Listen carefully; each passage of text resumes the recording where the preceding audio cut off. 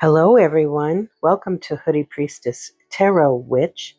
I'm Jodine, and today's video will be of interest to people who are learning about tarot. In this video, I'm going to talk about what I learned from Rachel Pollack about understanding the 21 major arcana tarot cards. But first, you might be asking, who is Rachel Pollack? Well, I would say if you set out to study tarot, you won't get very far before you encounter the name Rachel Pollack and her work. This following information about Pollack is taken from her book, 78 Degrees of Wisdom. Rachel Pollack was the leading light and foremost influence on modern tarot. Her best-selling book, 78 Degrees of Wisdom, first published in 1980 and never out of print, is widely described as the Bible of tarot. Pollack was the creator of the Shining Tribe Tarot and wrote the books for numerous other decks, including the Vertigo Tarot and Salvador Dali's Tarot. Pollack taught at the famed Omega Institute for over 30 years. The Omega Institute is a non-profit educational retreat, and it's located on 250-acre campus in Rhinebeck, New York, and it was founded in 1977.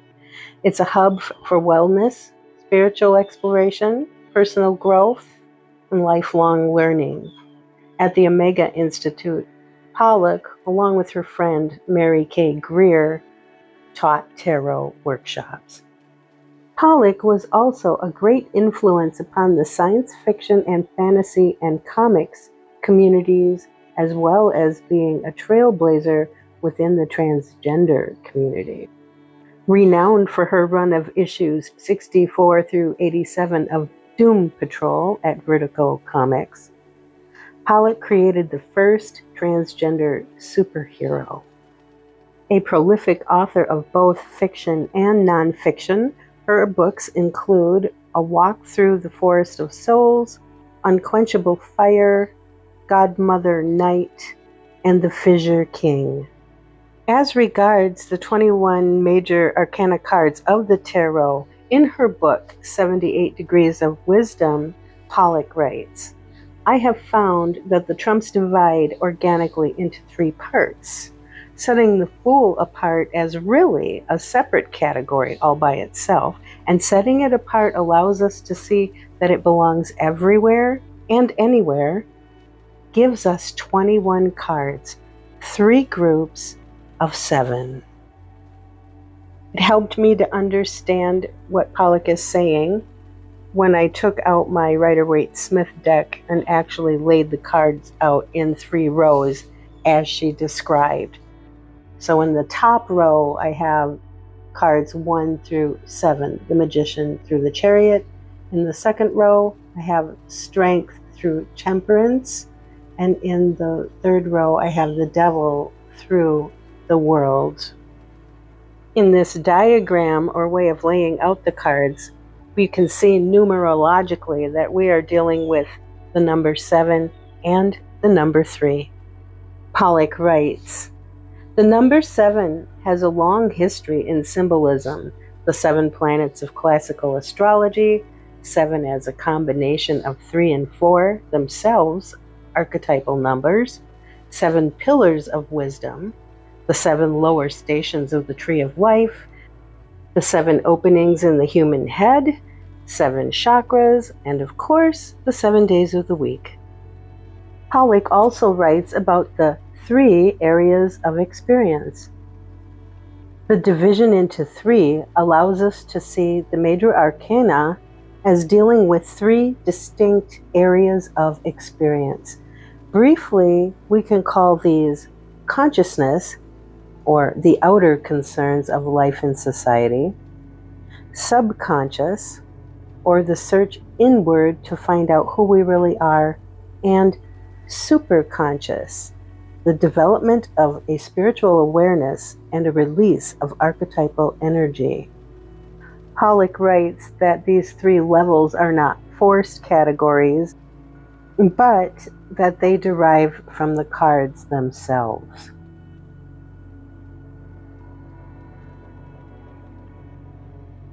And here we can look at cards 1 through 7.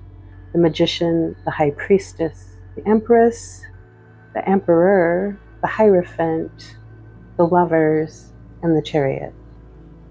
And Pollack writes, the first line, with its concentration on such matters as love, social authority, and education, describes the main concerns of society.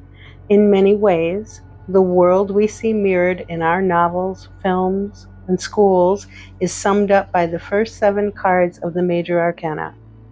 A person can live and die and be judged a success by everyone around him or her without ever going beyond the level of the Chariot.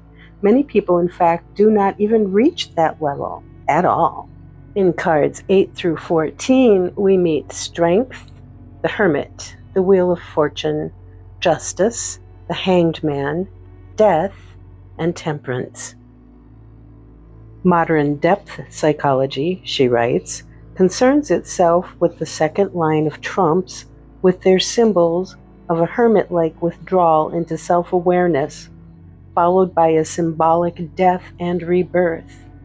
The angel Temperance at the end represents that part of ourselves which we discover to be essentially real after the illusions of ego, defensiveness, and rigid habits of the past are allowed to die away. In cards 15 through 21, we meet the Devil, the Tower, the Star, the Moon, the Sun, Judgment, and finally, the World. And Pollack writes, finally, what of the last line? What can go beyond finding our true selves? To put it simply, these 7 cards depict a confrontation and finally a unity with the great forces of life itself. The other cards, formerly seen as so important, become merely the preparation for the great descent into darkness, the liberation of light, and the return of that light to the sunlit world of the consciousness. To most readers, the last line will seem too vague and fanciful. We can call this subject matter religious or mythical, but these words, too, remain hard to grasp.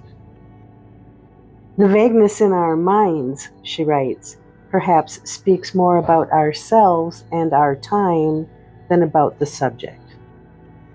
Any society automatically teaches its people, just by the language it uses, to make certain assumptions about the world.